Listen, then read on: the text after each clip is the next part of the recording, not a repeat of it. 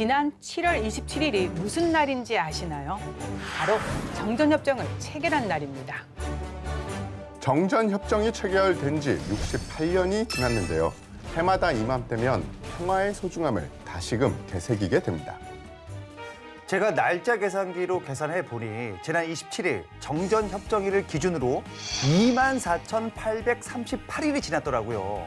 6.25 전쟁 발발부터 정전까지 걸린 기간은 1,129일. 계산해 보면 정전 기간이 무려 22배로 길더란 말이죠. 25,000일 가까이 우리는 정전 중입니다. 참 많은 생각이 듭니다. 네, 계산 잘해주셨는데요. 정말 오랜 시간이 흘렀습니다. 이 땅에 전쟁의 비극이 다시는 찾아오지 않기를, 또 한반도에 항구적으로 평화가 정착되길 바라면서 오늘 정전과 평화의 의미, 그리고 한미동맹에 대해 들여다보겠습니다. 국방에 대한 모든 것 궁금하면 국방 포커스!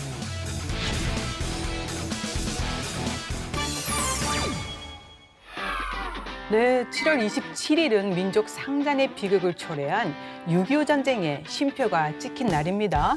정전협정 체결 68주년을 맞아 정전협정과 관련된 구체적인 내용을 하나하나 살펴보겠습니다. 함께 얘기 나눌 분들 모셨는데요. 각자 소개 부탁드리겠습니다. 안녕하세요.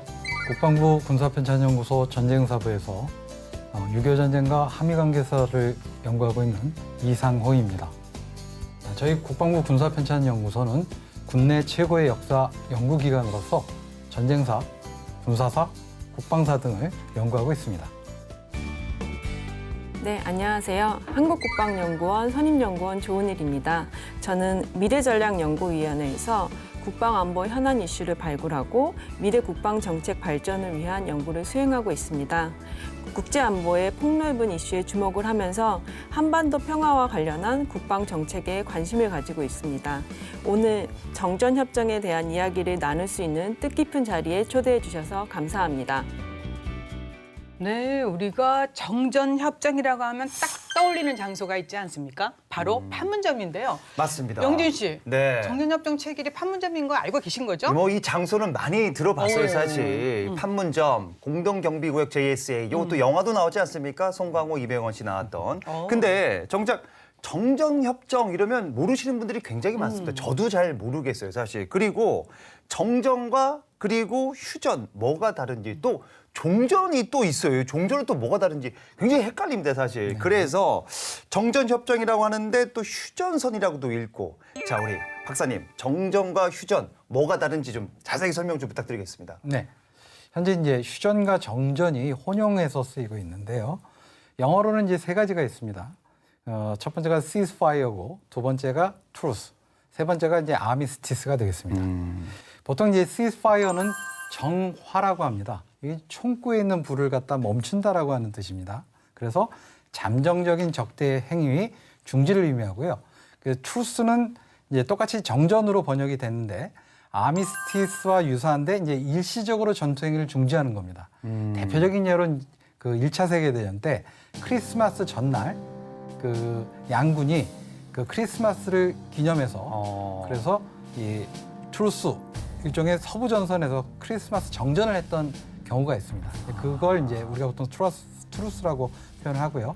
마지막으로 이제 아미스티스가 있는데 이 아미스티스는 이 트루스보다 장기적이고 전면적인 군사 행동의 중지를 뜻합니다. 1953년 7월 27일 이 정전협정문에는 이 시스파이어랑 아미스티스 이 두 개만 쓰였습니다. 네. 그러니까 우리가 이제 번역을 보통 정전이라고 해야 되죠. 그런데 이제 우리가 휴전이라고 쓰는 이유는 이 1899년에 제1차 헤이그 평화회의에서 채택된 이 육전법규가 있습니다. 이 여기서 아미스티스를 일본이 처음 이것을 이제 휴전이라고 번역했고 당시에 이제 대한제국도 이것을 휴전으로 번역하는 바람에 우리가 지금까지 사용하고 있는 것이죠.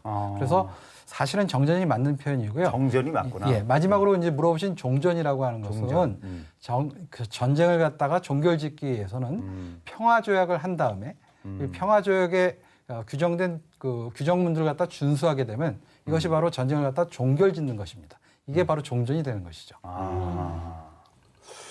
저는 직업상 판문점이라는 곳을 자주 가고 뭐 이야기도 자주 듣고 뭐 조사도 하고 이러는데 그 많은 사람들은 판문점이 어떤 곳인지 좀 모르는 그런 경향이 있는 것 같습니다. 조영건님, 이 정전협정이 체결된 장소이자 이 한미 동맹의 상징과도 같은 곳, 이 판문점은 어떤 곳인가요? 그 앞서 말씀해 주신 대로 판문점 공동경비구역은 그 2000년에 개봉했었던 공동경비구역 영화로 대중에게 사실 알려지기 시작했습니다. 그리고 2018년 남북 정상회담이 사실 열렸을 때 이제 군사 분계선에서 저희 문재인 대통령과 그리고 이제 북한의 김정은 국무위원장이 악수를 하는 장면에서 모두 보셨을 것입니다. 그래서 판문점 공동경비구역은 그 6.25 전쟁 당시에는 정전회담이 진행이 되었고요. 그리고 정전협정 체결 이후에는 군사정전위원회가 진행되었던 장소이기도 합니다. 그리고 1971년에 판문점에서 이제 남북 적십자 접촉이 개최되었기도 했고요. 그리고 그 이후에 지속해서 이제 남북회담이 판문점에서 진행을 되고 있습니다. 그 공동경비구역 군사분계선 이남은 이제 유엔사에서 사실 관할을 합니다. 그리고 2004년 이후에 이제 한국군 경비대대가 창설이 되었고요. 그래서 유엔사 작전 통제 아래서 공동경비구역의 경비 책임을 이제 맡고 있습니다. 북측 지역은 우리가 이제 북한의 경무대가 경비 업무를 맡고 있다라고 알려져 있고요. 그리고 판문점 안에는 이제 자유의 집 그리고 평화의 집이 있는데요. 거기에는 이제 각각 통일부 그리고 국정원에서 이제 관리를 합니다. 네, 지금 이제 판문점에 대해서 세세하게 설명을 들었습니다. 이제부터는 정전협정 체결 당시로 되돌아가 보겠습니다. 1953년 7월 27일 맺은 이 정전협정, 어떤 협정인지 성격을 좀 더 알아보면 어떨까 싶은데요. 네, 이 박사님 말씀 부탁드립니다. 네, 정전협정은 이 전장, 즉 전쟁터에서 군 사령관들 사이에 체결하는 순전히 군사적 성질과 의미를 갖는 그런 협정입니다. 네. 이 협정 문구에 교전 쌍방에만 적용한다는 문구가 포함이 되어 있는데요. 이는 정전 문제를 이 대만의 공산화나 당시 이제 인도차이나 공산화라는 목표와 연결시키고자 했던 공산 측의 의도를 갖다가 차단하고자 했던 유엔군 정전 협상 대표단의 의지가 반영된 결과입니다. 네. 이 정전협정이 체결되기까지 크고 작은 회담이 765회나 이루어졌다고 합니다. 네, 굉장히 많은 회담이 있었습니다. 예. 조영건님, 그만큼 이 논의 과정이 험난했다는 이야기겠죠? 네, 맞습니다. 사실 전쟁이 발발한 날은 누구나 사실은 기억하기가 굉장히 쉽습니다. 이제 반면에 전쟁이 중지가 되거나 이제 끝나는 건 상당히 중요하지만 이제 관심도 적은 것 같습니다. 우리에게 전쟁의 결과라는 것은 그냥 받아들여야 하는 것이지만 네. 사실은 전쟁의 원인은 학술적으로 밝혀야 하는 이제 차이점도 존재하기 때문입니다. 그리고 실제로는 이제 개전보다 정전, 즉 시작하는 것보다 멈추는 것이 훨씬 어려운 일이기도 합니다. 특히나 이제 6.25 전쟁의 개전은 이제 북한, 소련, 중국이라고 하는 공산 진영의 공조에 따른 북한의 남침으로 시작이 되었습니다. 반면 정전은 이제 공산 진영과 유엔군 측 모두의 합의가 필요했던 사항이기도 했습니다. 그래서 유엔군 측과 공산 진영은 1951년 7월 개성에서 첫 정전회담을 개최를 했고 양측이 합의해야 할 사항을 결정을 했습니다. 네. 하지만 이제 국경 문제 그리고 양 진영의 포로 교환 문제에 대한 합의가 사실은 굉장히 어려웠습니다. 네. 특히나 이제 공산 진영에서도 북한, 소련, 중국의 입장이 달랐고 공산 진영 그리고 유엔군 측과의 대립도 상당히 심했던 것으로 알고 있습니다. 그래서 결국 2년여간 총 765회라는 사실은 굉장히 지지부진한 그러한 난제를 가지고 계속해서 협상이 이제 협상을 이제 거쳐서 이제 사실은 성사가 될 수 있었습니다. 네. 그러니까 요게 이제 영화 고지전을 보면 나와요. 네. 영화 고지전 보면은 이게 그 정전 협정 과정이나 그리고 협정을 맺는 그 당일까지도 치열한 전투를 막 하면서 인명 피해가 굉장히 많았단 말이에요. 왜 이렇게 좀 뒤늦게 된 겁니까? 빨리 하면 좋을 텐데. 앞서 말씀을 드렸듯이 이제 정전 협정에서 가장 대립이 심했던 이슈가 바로 이제 그 경계선의 문제였습니다. 네, 다시 말씀드려서 이제 군사 분계선을 이제 어떻게 설정할 것인지가 굉장히 큰 이슈였다고 이제 네. 보실 수 있습니다. 그래서 공산 진영은 이제 38선을 군사 분계선으로 삼자고 처음에 주장을 했지만 이제 유엔군 측은 당시에 이제 군사 접촉선을 기준으로 우리가 군사 분계선을 이제 설정을 해야 한다라고 주장을 했습니다. 그래서 협의 끝에 이제 공산 진영이 유엔군 측의 제안을 이제 받아들였고 남북 양 2km의 이제 비무장지대 설정에도 이제 합의를 하게 된 것입니다. 네. 그리고 합의 후에 사실 30일 이내에 정전 협정에 서명을 하지 않으면 이제 전선의 변화에 따라서 군사 분계선의 위치가 사실 변할 수 있다라는 내용이 포함이 되었습니다. 이에 이제 유엔군 측과 이제 공산 진영이 군사 분계선에 합의를 한 날짜는 1951년 11월 27일이었던 반면에 정전 협정을 체결했던 사실 날짜는 1953년 7월 27일이었습니다. 이러한 이 중간에 1년 8개월간 사실 양측은 서로 유리한 고지를 이제 차지하고자 한 뼘의 땅이라도 사실은 더 얻기 위한 전투를 지속할 수밖에 없었고요. 그리고 정전 협정 당일까지 전쟁을 지속할 수밖에 없는 사실은 배경이 되었습니다. 정전 협정, 그러니까 시스파이어죠.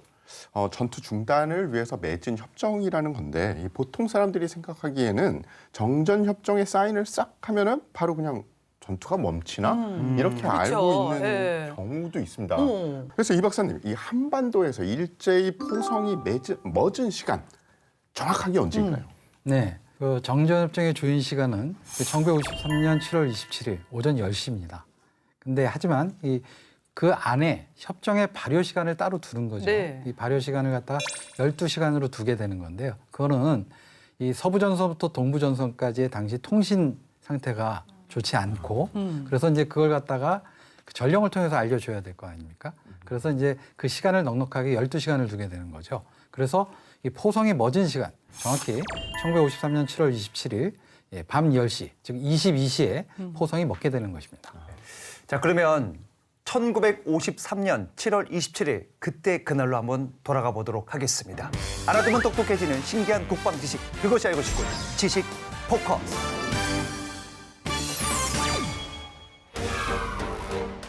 안녕하십니까. 다이어트 지식 포커스. 오늘의 포커스는 1953년 7월 27일 오전 10시 판문점에선 정전협정이 체결됩니다. 그런데 서명한 사람은 유엔군 수석대표인 해리슨 미 육군 중장과 북한 측 남일 대장.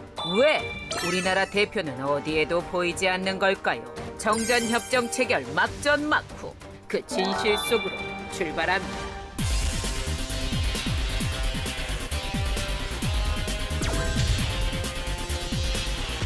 (1950년 6월 25일) 새벽 4시 북한군의 기습 남침으로 시작된 전쟁. 그 후 약 1년여간 국군과 유엔의 노력에도 불구하고 중공군의 대대적인 공세에 한반도를 둘러싼 소모적인 전투가 반복됩니다. 그 사이 온 나라는 온통 잿더미로 변해버리고 어마어마한 인명피해에 모두가 이 땅에는 더 이상 미래도 희망도 없을 것이라며 호언장담할 만큼 전쟁은 모든 걸 앗아가는데요. 그 사이 전력이 바닥난 북한군과 중공군은 더 이상 무력을 통해 전쟁 목표를 달성하는 것이 불가능하다는 걸 깨닫게 됩니다. 급기야 1951년 6월 24일 유엔 주재 소련대사 야곱 말리크는 라디오 연설을 통해 휴전을 제의하는데요. 이후 한반도에 본격적으로 정전협정에 대한 이야기가 시작됩니다. 1951년 7월 10일 전쟁 1년여 만에 정전협정을 위한 회의가 열립니다. 장소는 개성에 있는 내봉장. 당시만 해도 지긋지긋했던 전쟁이 금방이라도 끝날 것만 같은 분위기가 조성됩니다. 하지만 그해 11월 28일 양측은 지금의 판문점인 공동경비구역으로 장소를 옮겨 회담을 계속 이어갈 뿐인데요. 대체 무엇이 문제였기에 이렇게 오랜 기간 협상을 이어가고 있는 걸까요? 여러 이유가 있었지만 양측이 군사분계선 기준을 정하는 데 걸린 시간만 무려 넉 달. 공산진영은 38도선을 주장한 한편 유엔군 측은 현 접촉선을 기준으로 하자고 주장했습니다. 결국은 유엔군 의견대로 됐지만 정전협정이 체결되기까지 걸림돌은 또 존재했습니다. 바로 포로 교환 문제였습니다. 그런데 이 문제는 의외로 쉽게 풀리는 계기가 마련됩니다. 첫째로 1953년 3월 미국과의 포로 문제 협상을 극렬히 반대하던 스탈린 사망. 둘째로 미국 대통령 선거에서 한반도의 전쟁을 끝내겠다고 약속했던 공화당의 아이젠하워 대통령이 당선되면서 이후 한반도의 정전 협상은 급물살을 타게 됩니다. 1953년 6월 8일 회담 대표들의 포로 교환 협정이 이루어집니다. 이제 정말 정전 협정이 이루어지는가 싶더니 이 또한 대한민국이 빠진 대한민국 의사가 반영되지 않은 합의. 당시 이승만 대통령은 통일된 나라가 아닌 분단국으로 남게 되는 정전을 반대했고 대한민국 국민들 또한 이에 동참해 전국적으로 시위를 벌이는데요. 그도 그럴 것이 그대로 정전 협정이 체결되면 대한민국은 안보를 보장받을 어떠한 협정도 없이 북한과 정전을 맞이하게 되는 불완전한 평화를 직면해야 했기 때문입니다. 이에 한국 정부는 극단적인 선택을 하고 맙니다. 1953년 6월 18일 미국과 어떠한 협의도 없이 2만 7천여 명에 달하는 방공포로를 석방. 그야말로 나라를 지키기 위해 벼랑 끝 전술을 펼치는데요. 다행히도 이 일을 통해 대한민국 정부와 미국은 한미 상호 방위 조약 체결을 합의함으로써 한국 정부 역시 유엔군이 주도하는 정전에 동의하게 됩니다. 정전 협정에 우리나라 대표가 빠진 이유이기도 합니다. 이로써 7월 27일 오전 10시 왼쪽 테이블에는 유엔국 수석 대표인 윌리엄 해리슨 중장이, 오른쪽 테이블에는 북한군 수석 대표인 남일 대장이 2년 전 첫 회담 때처럼 인사 한마디도 없이 각자의 자리에 앉아 정전협정 문서에 서명을 합니다. 드디어 전쟁의 중단을 알리는 평화의 날이 찾아왔는데요. 수석 대표들이 서명한 후 유엔군 총사령관인 클라크 미국 육군 대장은 문산에서 오후 1시에, 북한의 김일성이 평양에서 오후 10시에 서명했습니다. 그리고 다음 날인 오전 9시 30분에 펑더화이가 개성에서 서명을 함으로써 한반도의 기나긴 총성이 멎었습니다. 1950년 6월 25일 새벽 4시 북한군의 침공으로 전쟁이 시작된 지 3년 1개월 2일 만이었습니다. 세계 역사상 가장 길었던 정전회담. 하지만 그 결과로 얻게 된 건 불완전한 평화. 한반도를 피로 물들인 전쟁의 비극은 멎었지만 우리는 여전히 끝나지 않은 길고 긴 정전 협정을 이어가고 있음을 잊지 말아야 할 것입니다. 네, 이제부터 정전 협정의 구체적인 내용을 살펴보겠습니다. 우선 남북한 간 상호 적대행위를 멈추기 위해서 정전 협정에 포함된 내용 좀 소개를 받고 싶은데요, 이 박사님. 네네. 네. 그 논의의 핵심은 이제 5가지입니다. 네. 첫 번째가 의제 및 의사일정이라고 해서 이 정전협정을 갖다 처음 시작할 때 어떤 주제를 가지고 토론을 해야 되는 것인가를 하는 그 의제를 정하는 것이죠. 네. 두 번째가 그 군사 분계선의 설정 문제가 있습니다. 그다음에 이제 세 번째가 휴전 감시 방법 및 기구 문제가 있는 것이고요. 네 번째가 이 정전협정을 가장 오래 지속하고 끌게 된 원인 중에 하나, 바로 전쟁포로 처리 문제가 있습니다. 그리고 이제 마지막으로 이 각국 정부에 대한 그 건의입니다.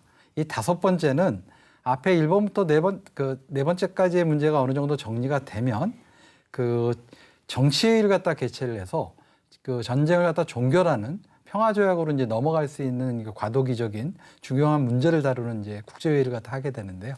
이렇게 이제 5가지가 바로 논의의 핵심이 되겠습니다. 네. 이 정전 협정으로 군사 분계선이 설치가 되고요. 만충 지역으로 이제 비무장 지대가 설치되었습니다. 어디에다 선을 어떻게 그을 것인가, 이게 상당히 예민한 네. 사안이죠. 그죠. 이 박사님, 군사 분계선 이 설정에 있어서도 어떤 기준점이 있나요? 네, 있습니다. 그 역사적으로 전쟁을 끝내고 공간을 재획정하는 데는 3가지 원칙이 적용이 됩니다. 첫째는 전전 상태 회복의 원칙이죠. 6.25 전쟁을 따지면 이제 38선으로 이제 다시 경계선을 나누는 거고요. 두 번째는 교전선에 따른 분할의 원칙이 있습니다. 그러니까 현재의 상대방과의 접촉선, 군대 접촉선을 가지고 이제 설정을 하는 것이고요. 마지막으로는 이제 전쟁 책임에 따른 징벌적 조정의 원칙입니다. 그리고 2차 세계대전이 종전됐을 때 이제 독일 같은 케이스랑 일본이 그런 경우죠. 문제는 이 정전협정 당시에 공산군 측은 이제 첫 번째, 그러니까 전쟁 이전 상태로 돌아가자라고 하는 이제 주장을 펴는 겁니다. 반면에 유엔군은 그리고 두 번째 원칙과 더 나아가서 세 번째 원칙을 적용하려고 하는 거죠. 그래서 이제 결국 최종적인 타결은 두 번째 원칙, 즉 현 접촉선에 있어서의 군사분계선을 설정하는 것으로 그렇게 합의가 됐습니다. 네, 박사님도 이제 말씀해 주셨지만 가장 난제 중에 하나가 3조입니다. 3조 내용이 이제 전쟁 포로에 관한 것인데 이 협상 과정에서 길고 긴 논의가 있었습니다. 그래서 이제 많은 분들이 왜 이렇게 길어졌냐? 뭐 1조도 어려웠지만 3조도 뭐 만만치 않았다 그러는데 좀 말씀해 주시겠습니까? 네.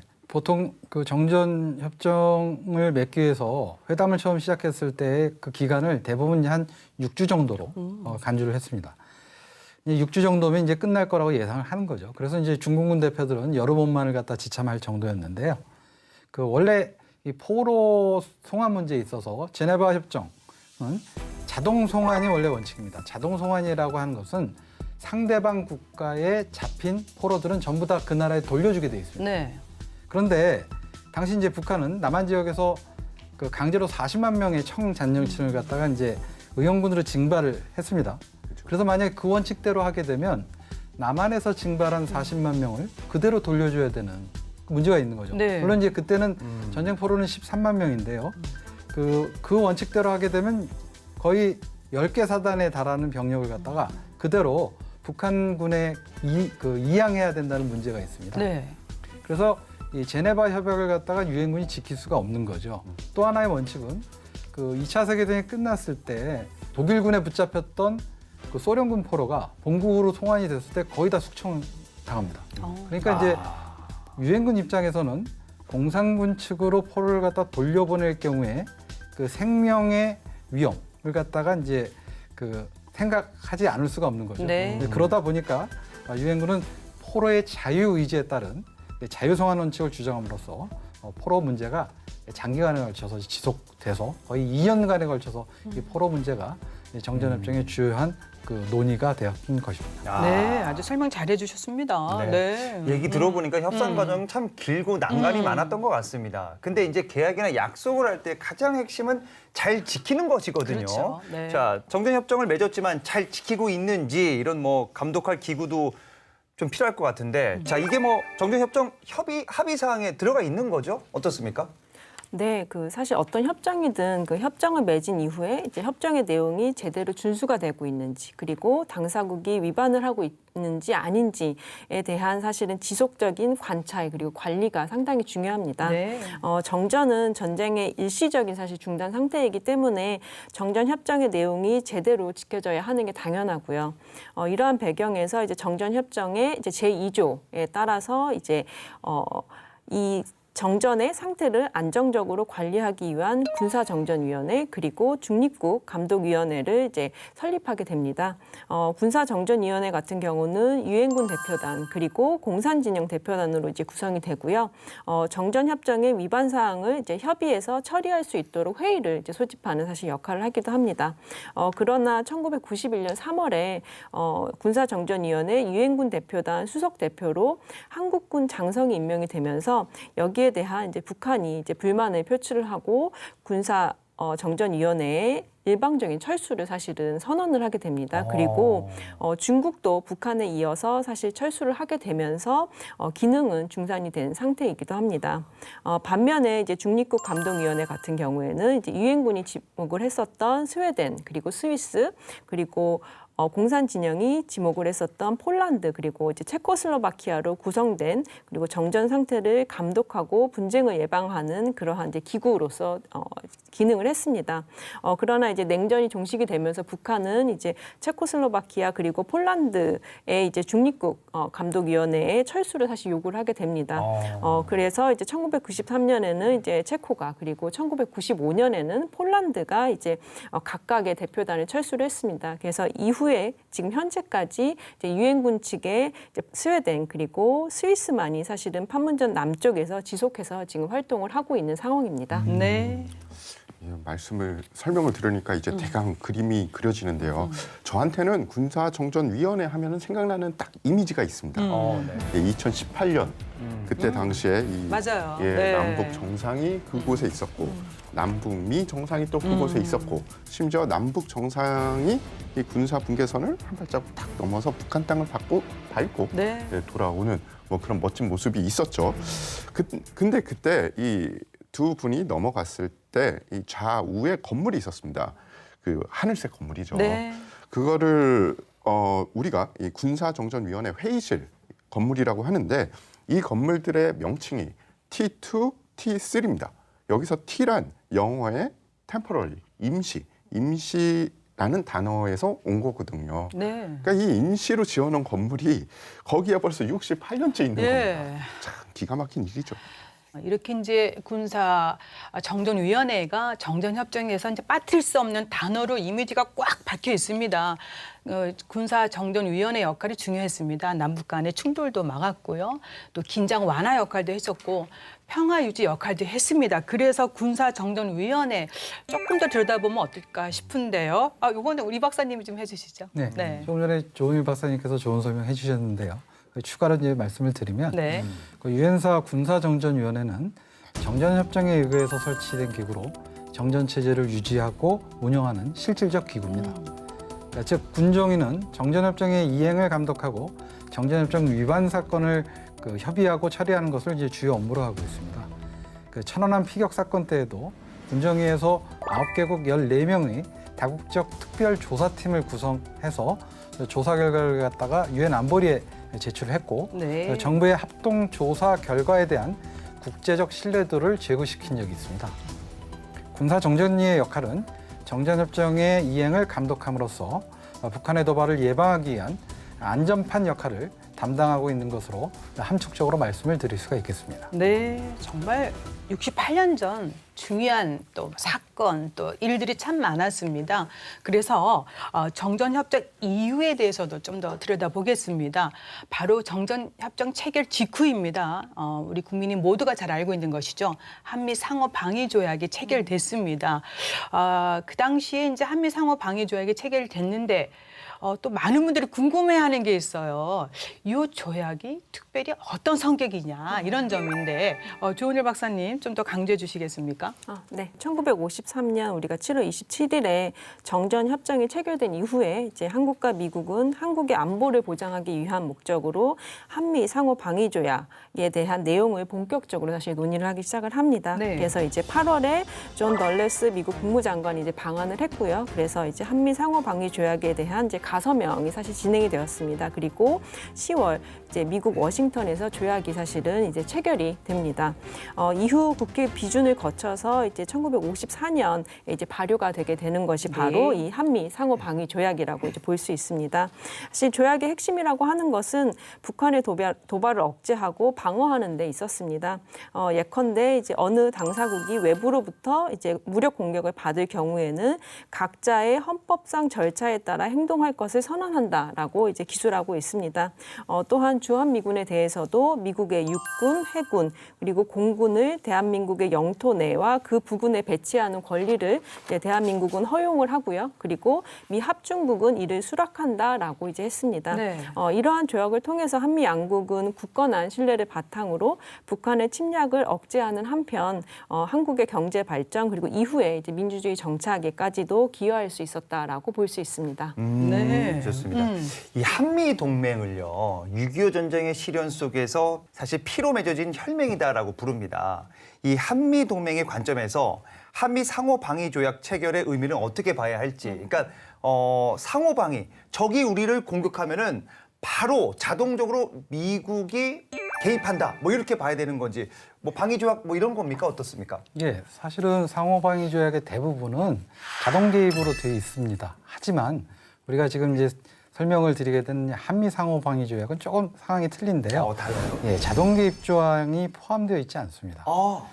한미 상호 방위 조약 제2조와 제3조에는 외부로부터 무력 침공에 의해서 위협을 받고 있다고 어느 당사국이 인정할 때 이때 이제 바로 도와주는 것이 아니고 상호 협의를 하고 그리고 협의를. 또한 각자 헌법상의 절차에 따라서 절차를 밟아서 그리고 행동하는 것으로 그렇게 규정이 되어 있습니다. 네. 그러니까 이게 자동적으로 개입하는 조항이 이제 없다는 것이죠. 그래서 정리해 보면 이 한미 상호 방위 조약은 북한의 재침을 억제하고 한국에 대한 어떠한 침략 세력의 공격에도 한국과 미국이 공동으로 대처해서 평화와 안전을 보장하는 제도적 장치라고 할 수는 있습니다만 예, 아쉽게도 이제 자동 개입 조항은 없습니다. 이 한미 연합 방위 체계의 이 법적인 근간인 상호 방위 조약, 이 상호 방위 조약을 중심으로 이후에 이 각종 안보 및 군사 관련 후속 협정들이 막 이루어졌을 것 같은데요. 이 조 연구원님 어떻습니까? 네, 사실 그 한미 양국은 상호 방위 조약이 서명한 이후에 이제 안보 그리고 군사에 관련한 향후 한미 간의 조치에 대해서 본격적으로 논의를 하기 시작했습니다. 특히 1954년 7월 이승만 전 대통령 그리고 아이젠하워 전 미국 대통령 간의 정상회담이 이루어졌고요. 거기에서 이제 미국이 한국이 유엔을 통해서 평화적 방법으로 한반도의 통일을 추진을 하고 군사적으로는 이제 유엔 사령부의 작전 지휘권 하에 한국군을 사실 유지시키도록 요구를 하기도 했습니다. 그리고 미국은 한국의 경제 발전 그리고 군사력 증강을 위한 충분한 지원을 할 것도 사실은 동시에 약속을 하기도 했습니다. 이후에 이제 한미 간 통일 문제에 대한 이견은 상당히 많이 드러났지만 그럼에도 불구하고 경제 그리고 군사 원조에 대한 합의가 가능해지면서 1954년 11월에 이제 한미 간 합의 의사록이 이제 체결이 되었습니다. 이에 한국은 합의 의사록에 의해서 유엔 사령부가 대한민국의 방위를 위한 책임을 분담하는 동안 대한민국 군대를 유엔사의 작전 지휘권 하에 둔다라는 것에 동의를 하게 되었습니다. 네. 이렇게 이제 정전협정 체결과 함께 피로 맺은 한미동맹 1954년 11월부터 이제 본격적으로 시작이 됐습니다. 그런데 이제 그 정전 그 협정 내용에 보면 6.25 전쟁을 이렇게 멈춰놓은 협정이기 때문에 국제법적으로는 이제 잠시 이제 전쟁이 멈춘 상태입니다. 그래서 한반도는 아직 전쟁 중이다 이렇게 표현해도 되겠습니까? 어떻습니까? 예, 그렇습니다. 지금 우리는 지금 정전 협정을 맺고 있는 상태고 아직 이제 종전 조약까지는 이제 그 단계까지 가지 않은 거죠. 종전은 아닙니까 예. 아직? 이 종전 조약을 통해서 종전이 되기 위해서는 그 전에 평화협정 즉 평화조약을 갖다 이제 맺어놔야 되는데 아직 그러한 단계까지 가지 않았습니다. 우리가 이제 보통 그 평화적인 상태 내지는 전쟁의 공식적인 종료라고 얘기하려면 이 평화협정에 따른 종전 조약이 맺어져야 되는 것이죠. 보통 이제 전쟁 법규에는 그 군사령관이 아니고요 국가 원수가 이 조약을 체결하는 것으로 되어 있습니다. 아까도 이제 설명을 드렸지만 이 정전협정은 군사령관들이 그 조약을 하는 것이고요. 반면에 이 종전조약 내지는 이제 평화조약으로 가는 단계는 반드시 국가 원수가 체결을 해야 됩니다. 평화협정을 통한 그 종전조약을 맺기 위해서는 양측뿐만이 아니고 주변 국가들의 이해관계 조정도 굉장히 필요한데요. 그 주변국들의 이해관계가 복잡하기 때문에 그것을 이제 조정하지 않고서는 전쟁 종식을 위한 전쟁 종결 조약을 갖다 맺기는 상당히 어려운 지금 시기라고 볼 수 있습니다. 따라서 이 전쟁 종식을 위해서는 주변국들의 이해관계를 조정하는 것 이것이 바로 선결 과제라고 할 수 있습니다. 네, 지금 정전협정과 평화협정의 차이점을 정말 잘 설명해 주셨습니다. 네.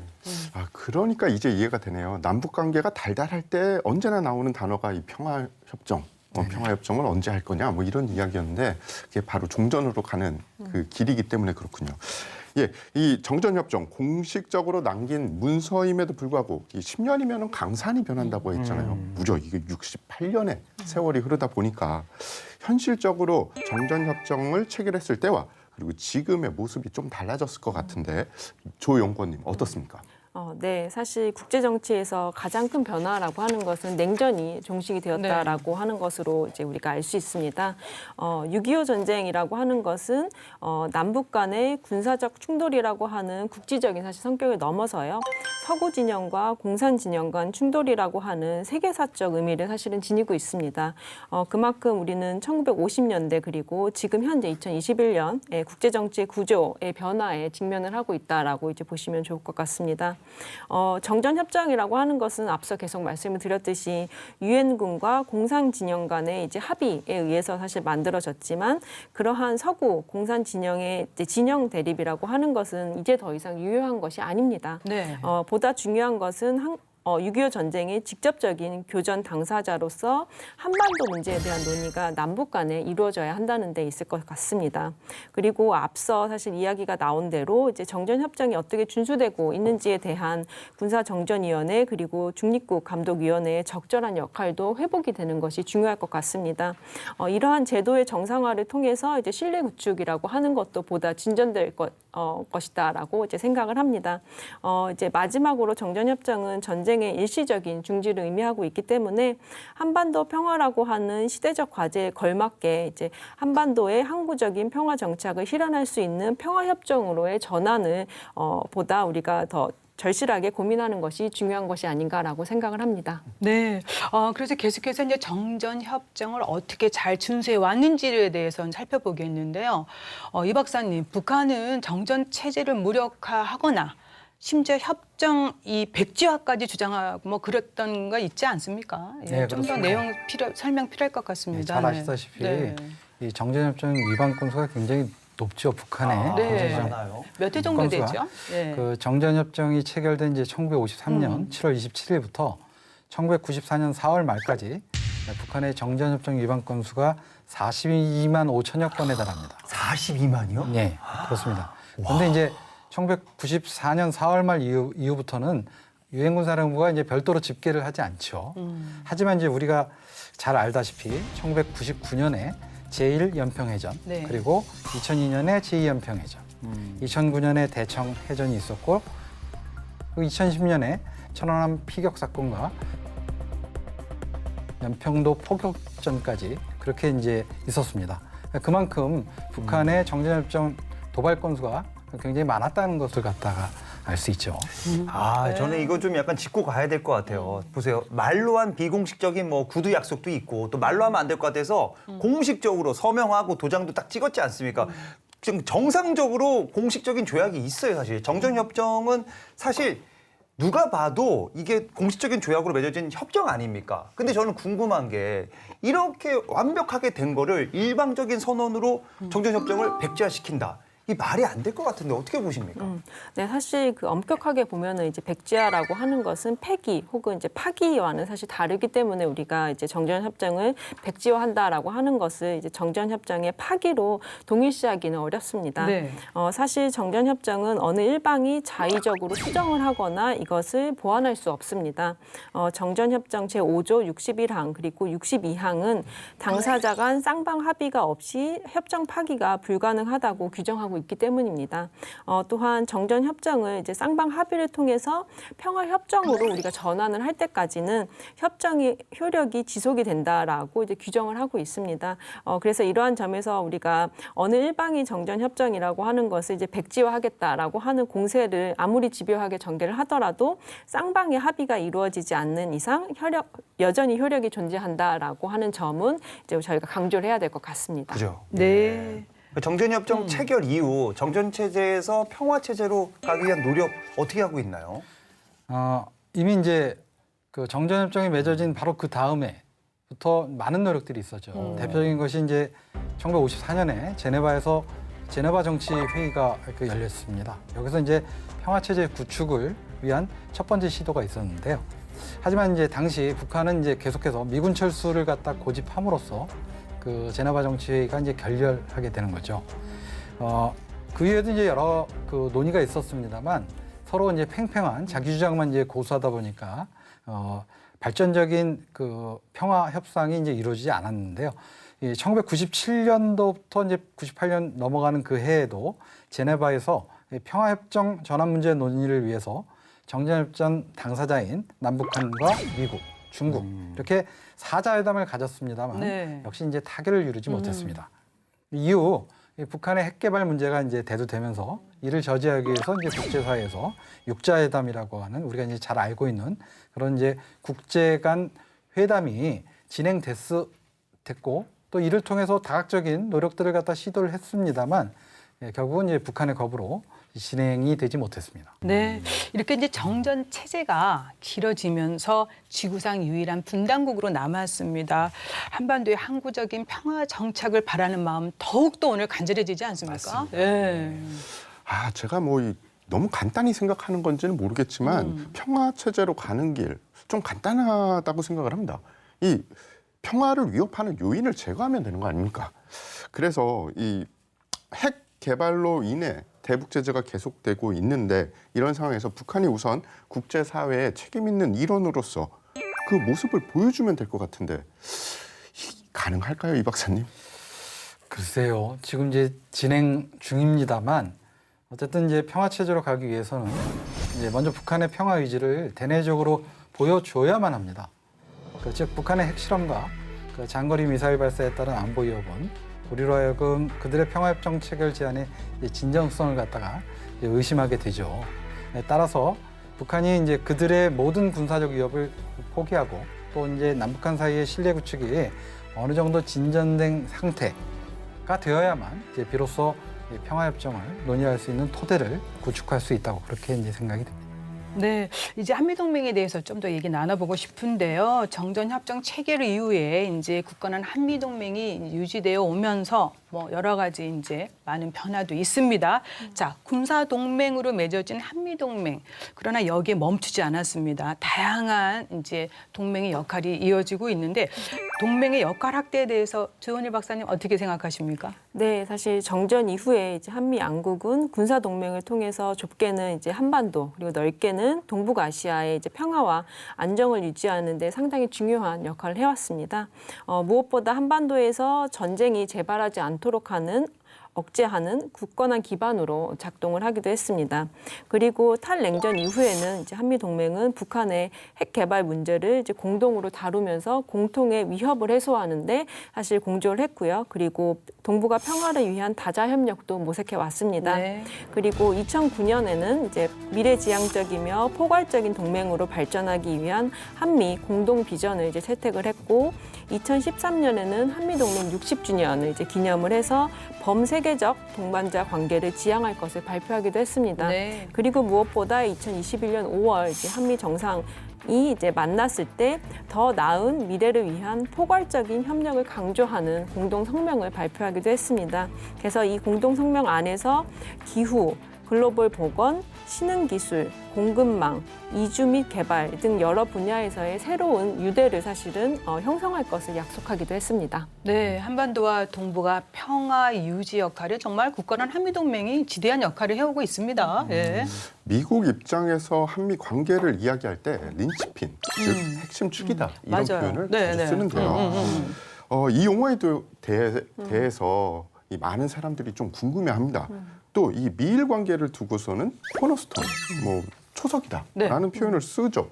그러면 린치핀, 코너스톤 뭐가 중요한지, 뭐가 더 좋은 건지 좀 유치하지만 궁금해하는 사람들이 많아요. 그래서 조 박사님 어떤 차이가 있고 어떤 게 더 중요할까요? 차이가 없는 수도 있고 그렇죠. 그렇잖아요. 그냥 예. 수사일 수도 있는 거고. 네, 사실 우리가 미국의 동맹 정책을 볼 때 주목을 하는 것이 바로 표현입니다. 그래서 바이든 미국 대통령이 취임을 한 후에 이제 문재인 대통령과 통화를 했을 때는 핵심 축, 즉 린치핀이라는 단어를 사용을 했고요. 그리고 스가 요시히데 일본 총리와의 전화 통화에서는 초석, 즉 코너스톤이라고 하는 단어를 사용을 했습니다.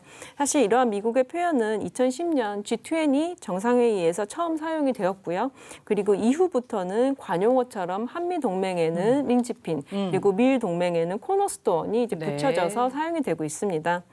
사실 린치핀과 코너스톤은 사전적인 의미에서는 차이가 있긴 합니다. 그러나 우리가 외교 안보 관계를 봤을 때는 공통의 정책 목표를 추구하기 위한 동반자라고 하는 유사한 의미로 해석할 수 있다고 보는 것이 적절할 것 같습니다. 예, 큰 차이 없다. 네네. 표현의 상의 문제도 저는- 아니고 표현이 문제. 저는 또 이렇게 생각해요. 초석은 돌이고 리치핀, 핵심은 강철이니까 돌보다 강철이 더 단단한 거 아닙니까? 그죠? 그렇기 때문에 한미 동맹은 아주 단단하고 굳건하고 깨지지 않는다라고 생각이 드는데 어떻게 생각하십니까? 예. 현재 이제 한미 동맹 관계가 얼마나 그렇게 단단한지를 확인할 수 있는 것은 여기 한미 연례 안보 회의라고 있습니다. 매년 개최되는 것이 있고요. 여기에 이제 또 한미 군사위원회 이렇게 이제 두 가지를 들 수 있습니다. 최근에 2021년 6월 그 세미나에서 한미 석학 등이 모여서 한미 동맹에 관한 공동 보고서를 갖다 발표했는데요. 여기에 보면 한미 동맹은 냉전 시대 패권을 둘러싼 지정학적 경쟁이 최전선에서 탄생했다고 규정하고 이제는 한반도를 넘어서 지역적 맥락에서 우선순위를 함께 정립해야 할 필요성이 현재 부각되고 있다. 이렇게 이제 지적하고 있습니다. 그러니까 이제 영진 씨 표현으로 빌면 우리가 더 중요하다, 굳건하다. 우리가 더 대단하다, 우리가 더 좋다, 뭐 이런 거 아닐까. 네네. 그래서일까요? 얼마 전입니다. 폴 라카메라 신임 한미연합사령관이 이 한미동맹에 대해서 한마디로 정리한 내용이 있어요. 뭐라고 했냐면 이제 원팀 정신을 이제 강조해서 눈길을 끌었는데 피로 맺은 끈끈한 동맹. 원팀으로 같이 갑시다. 마음에 들죠? 아, 좋습니다. 네, 예. 그동안의 한미동맹 관계를 한마디로 압축한 그런 말이 아닐까 싶은데 원팀으로 함께 한미동맹의 지평을 넓혀가는 거 중요합니다. 우리가 이미 언급을 했는데 결국 이제 한미동맹은 군사동맹에서 시작됐지만 포괄적 그 동맹으로도 발전돼 나가고 있는데 조 박사님 앞으로 이게 한미동맹 어떤 협력을 더 확대하면 좋을지 아이디어 있으면 주십시오. 네, 사실 바야흐로 지금 미중 간의 전략적 경쟁이 심화되고 있는 시대가 되었습니다. 사실 미중 경쟁이 동북아 지역의 패권 이전으로 우리가 이어질 것인지 아닌지 여부에 대한 전망을 차치하더라도 미중 경쟁이라고 하는 것은 앞으로 한반도를 포함한 인도태평양 지역의 안보 질서에 굉장히 큰 영향을 미칠 것은 당연합니다. 따라서 이러한 시대적 변화에 따른 동맹의 성격이라고 하는 것은 또 동태적으로 변화할 필요가 있다라고 생각이 됩니다. 2023년이 되면요, 한미동맹은 70여 년의 역사를 기념하게 됩니다. 네. 한미동맹은 1953년 이래 점진적으로 안보 그리고 군사를 넘어선 포괄적인 동맹으로 이제 전환이 되고 있습니다.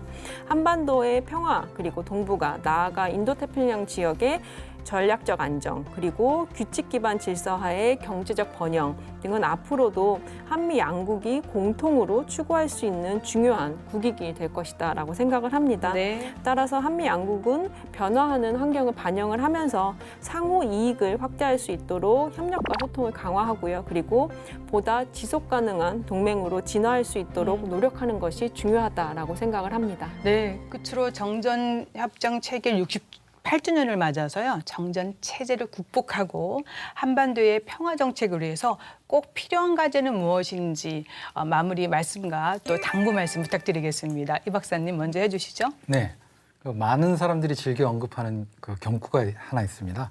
바로 이제 로마의 전략가 베게티우스가 주장하는 평화를 원하거든 전쟁을 준비하라라고 하는 유명한 경구가 있는데요. 여기에다가 역사는 반복된다. 라고 하는 이제 격언을 갖다 첨가하게 되면 우리의 과제가 어떤지를 명확하게 이해할 수 있다고 생각합니다. 네. 한반도가 아직도 전쟁 중이라는 생각을 잊어버리는 순간 그 우리의 평화가 도전받을 수 있고 그리고 6.25 전쟁의 참화가 또다시 반복될 수 있다는 것을 잊지 말아야 할 것입니다. 네. 평화를 원하거든 전쟁에 대비하라. 네, 다시 한번 마음속에 새겨야 되겠습니다. 네, 조 박사님. 네, 한반도의 항구적 평화를 정착시키는 과정은 상당히 길고 어려운 과정이 될 것이다라고 생각을 합니다. 저희가 71년 전에 북한의 남침으로 한반도에서 전쟁이 사실 일어났고요. 68년 전에 정전협정을 통해서 전쟁이 중지되어 있습니다. 이후 국제정치의 상당히 급격한 변화 속에서도 한국은 한미동맹을 기반으로 전쟁의 재발을 억제했습니다. 그러나 한반도의 군사적 긴장은 때로는 높아지고 때로는 낮아지는 부침을 지금까지도 반복해오고 있습니다. 그러한 과정에서 가장 중요한 것은 새로운 평화를 만들겠다라고 하는 확고한 입장일 것 같습니다. 정전을 새로운 평화로 전환시킬 수 있도록 지속적으로 노력하는 자세를 갖는 것이야말로 가장 중요한 것이 아닐까라고 생각을 합니다. 네, 오늘 저희가 이제 살펴본 대로 정전협정 68주년 정말 큰 의미를 담고 있습니다. 하루빨리 평화협정으로 성큼 나아가기를 또 기대해 보고요. 또 피로 맺은 한미동맹 더욱더 포괄적 동맹으로 또 한층 발전하기를 또 기대해 보겠습니다.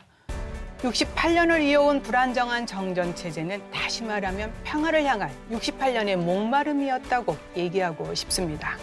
한반도에 항구적으로 평화가 정착되길 바라는 마음 우리 모두의 바람일 것입니다. 오늘 정전협정의 의미와 함께 평화와 한미동맹에 대해 얘기 나눠봤습니다. 함께해 주신 두 분 말씀 잘 들었습니다. 고맙습니다. 네, 고맙습니다. 국방에 대한 모든 것, 국방 포커스 오늘 여기까지입니다. 저희는 다음 시간에 다시 찾아뵙겠습니다. 고맙습니다. 감사합니다. 네.